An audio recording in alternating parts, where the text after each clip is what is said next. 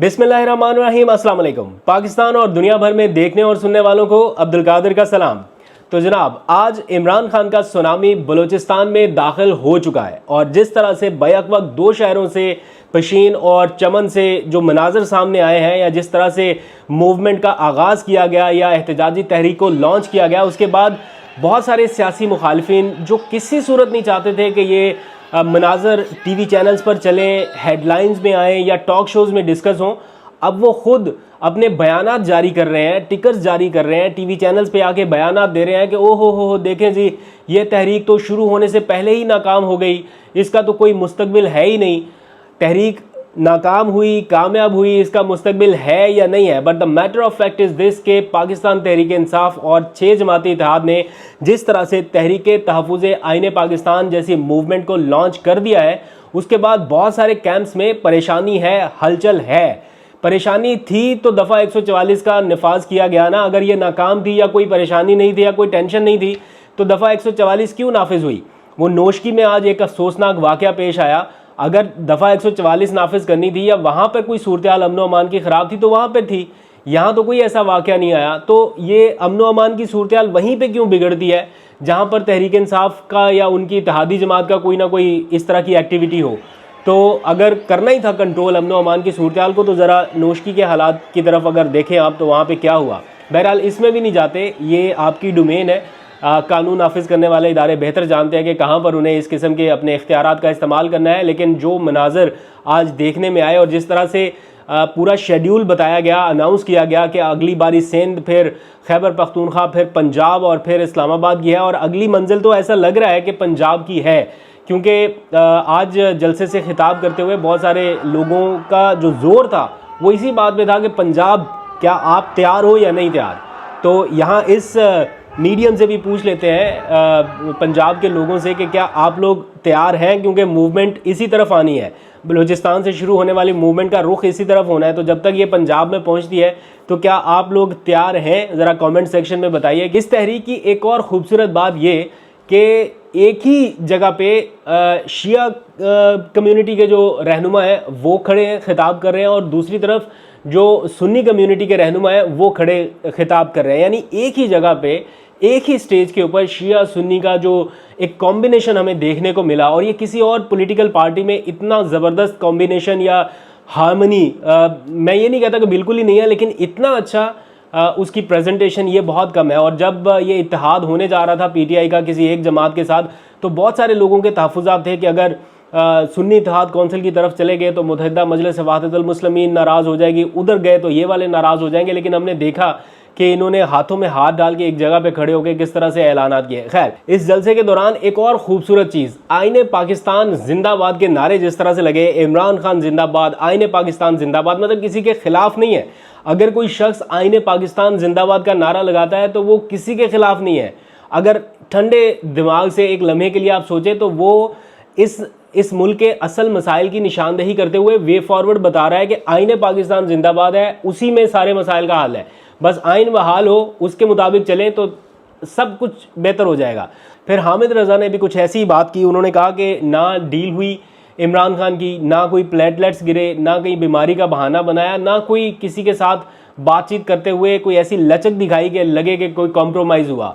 तो वो ये कह रहे हैं कि अगर इमरान खान अपने असूली मौक़िफ़ के ऊपर डटा हुआ है तो फिर कौम को भी आगे बढ़ना होगा। मैंने किसी जगह पे कोई तज्जिया सुना, तो कोई तज्जिया निगार थे, मुझे अब उनका नाम भूल रहा है, वो कह रहे हैं कि अगर इमरान खान बिना डील किए इन हालात का मुकाबला करते हुए निकल आया तो उसकी सियासी ताकत जो है वो किस कदर मल्टीप्लाई हो चुकी होगी या हो जाएगी, उसका गुमान नहीं किया जा सकता। क्योंकि अभी वो जिस लेवल पर पहुंच चुके हैं अपनी पॉपुलैरिटी की पीक पे, वो बाकी जमातों के लिए मतलब एक ख्वाब है।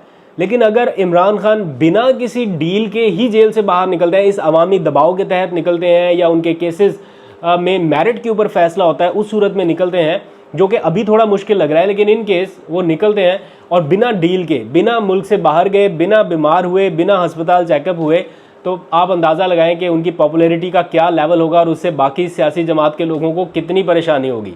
तो ये वो सारे एलिमेंट्स हैं। अच्छा, इसी सारे मामले में एक ख़बर और है कि इमरान खान ने अपने सारे घोड़े दौड़ा दिए हैं। जी हाँ, जो बाकी रह गए थे, कुछ तो पहले ही उन्होंने मैदान में उतार दिए थे, जो बाकी रह गए वो घोड़े भी मैदान में उतार दिए। वो इसलिए क्योंकि 21 अप्रैल बरोज़ इतवार इस मुल्क में होने जा रहा है 18 कौमी और सूबाई असम्बली के हलकों में ज़िमनी इंतखाब। कुछ हलकों में इंतखाब के नताइज रोके गए, कुछ हलकों में इंतखाब मुलतवी किए गए, वाट एवर जो भी रीजंस थी। उनमें 4 कौमी असम्बली के हलके हैं, 12 पंजाब असम्बली के और 2 खैबर पख्तूनख्वा असम्बली के। तो इन तमाम हलकों में 2 को छोड़ के बाकी सब पे इमरान खान या पीटीआई के जो बैक्ड कैंडिडेट हैं उनका इंतखाबी निशान घोड़ा है। तो इमरान खान ने यानी अपने बाकी ईमानदार घोड़े जो है वो भी मैदान में उतार दिया और उनकी बाकायदा कैंपेन जो है वो अब शुरू हो चुकी है और इंतखाबी निशान अलॉट हो चुके, कैंपेन शुरू हो चुकी। 21 अप्रैल एक बार फिर फैसले की ताकत अवाम के हाथ में होगी, लेकिन इस बार अवाम उतने जोश जज्बे से मेरा नहीं ख्याल निकलेगी, क्योंकि जिनको अभी एक बार ये बता दिया गया ना कि आपके वोट की कोई हैसियत या कोई औकात नहीं है, अब वो लोग डिप्रेस तो होंगे, मायूस तो होंगे, लेकिन फिर भी कहीं ना कहीं मुझे लगता है कि लोगों को निकलना पड़ेगा।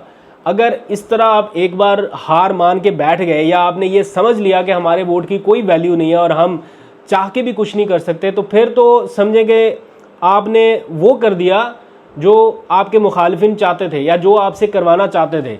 तो यही तो असल रेजिस्टेंस है, यही तो वो चीज़ है जिसके लिए इतनी ज़्यादा स्ट्रगल हो रही है। तो आपको ये सोच के घरों में नहीं बैठना, आपके वोट की अहमियत है और रहेगी, ये किसी एक बार के डिसीजन से अंडू नहीं हो सकती। इसलिए अगर इसी तरह से ये समझ लिया जाए कि अवाम के वोट की कोई वैल्यू नहीं है, फिर तो 75 साल जैसे मुल्क चला है अगले 175 साल तक भी ऐसे ही चलेगा। तो ये तो बहुत ही डिमोरलाइजिंग सिचुएशन हो जाएगी। तो आपको हर हाल में बाहर निकलना है और इस चीज़ को कम से कम अंडू करना ही करना है, क्योंकि इससे ज़्यादा ख़तरनाक चीज़ नहीं हो सकती अगर किसी मुआशरे से उसका जो राइट ऑफ वोट है या पावर ऑफ वोट है वो छीन लिया जाए। तो आपसे जो पावर छीनी गई है आपको वो वापस लानी ही लानी है हर हाल में।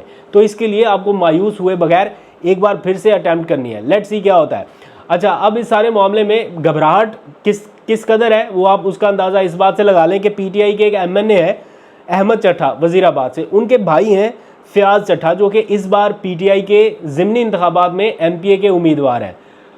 उन्होंने 2-3 दिन पहले इस्लामाबाद हाई कोर्ट से ज़मानत ली, उनको 15 दिनों की या 16 दिनों की हिफाजती ज़मानत मिली तमाम मुकदमात में, राहदारी ज़मानत जिसे बोलते हैं। लेकिन उसके बावजूद उनके घर, उनके डेरे के बाहर जिस तरह से पुलिस की नफरी पहुंची है, पंजाब पुलिस के लोग पहुंचे हैं, वो क्या दिखा रहे हैं, वो क्या बता रहे हैं, उससे क्या जाहिर होता है। अभी सुप्रीम कोर्ट ऑफ पाकिस्तान के ये रिमार्क्स थे कि हमने जिनको ज़मानत दी आपने उनको एमपीओ ऑर्डर के तहत गिरफ्तार करने की कोशिश की, ये क्या था। अभी फिर जिनको ज़मानत दी गई उनको फिर गिरफ्तार करने के लिए घरों के बाहर पुलिस है। अगर उनको गिरफ्तार नहीं करना तो फिर पुलिस की नफरी क्यों है। ये एक अजीबोगरीब सी सूरत हाल है। बहरहाल खौफ और डर तो है कि ये जो कैंडिडेट इस वक्त मैदान में है ये कैंपेन खुल के ना कर सके, लेकिन अब वो टाइम भी चला गया जब इनको कैंपेन करना पड़ रही थी, या इनको अब ना कोई एजेंडा है, ना कोई आवाम से वादे हैं झूठे या सच्चे किसी भी किस्म के, ना कोई कैंपेन है, कुछ भी नहीं। अब तो खाली पीटीआई का टिकट और ये बताओ लोगों को कि ये इमरान खान का खिलाड़ी है, वो जीत जाता है। बाद में वो किसी भी पार्टी में जाए कुछ भी हो वो एक अलग बहस है, लेकिन खाली इमरान खान बैक्ड कैंडिडेट हो, पीटीआई बैक्ड कैंडिडेट हो, उसकी जीत ऑलमोस्ट यकीनी है। तो ये इस वक्त की सारी सिचुएशन है। अब मंडे से अब कोई बहुत ज़्यादा टाइम तो रह नहीं गया, एक ही दिन बाकी है। एक दिन के बाद इमरान खान के जो केसेस हैं उनकी भी सुनवाई होने जा रही है। मैंने कल के व्लॉग में आपको तीनों डिटेल्स बता दी थी। तीनों केसेस की मंडे को होने जा रहा है इद्दत यानी निकाह का केस, और फिर ट्यूसडे को होने जा रहा है साइफर केस, और वेंसडे को होने जा रहा है जो अलकादर ट्रस्ट केस है उसमें इमरान खान की जो ज़मानत है उसका मामला है। तो अब देखते हैं क्या होता है, आपको अपडेट करता रहूँगा। अभी तक के लिए इतना ही। अपना बहुत सा ख्याल रखिएगा, अपने प्यारों का भी। और ईद तो अब गुजर गई, तो आपसे वापस इंशाल्लाह जल्द स्टूडियो में मुलाकात होगी। बस एक आध छुट्टी हो रहेगी, थोड़ा सा टाइम पेरेंट्स के साथ और स्पेंड कर लूँ, फिर इंशाल्लाह मंगल या बुध से स्टूडियो में आपको ज्वाइन करूँगा। अपना बहुत सा ख्याल रखिए। अल्लाह हाफिज़।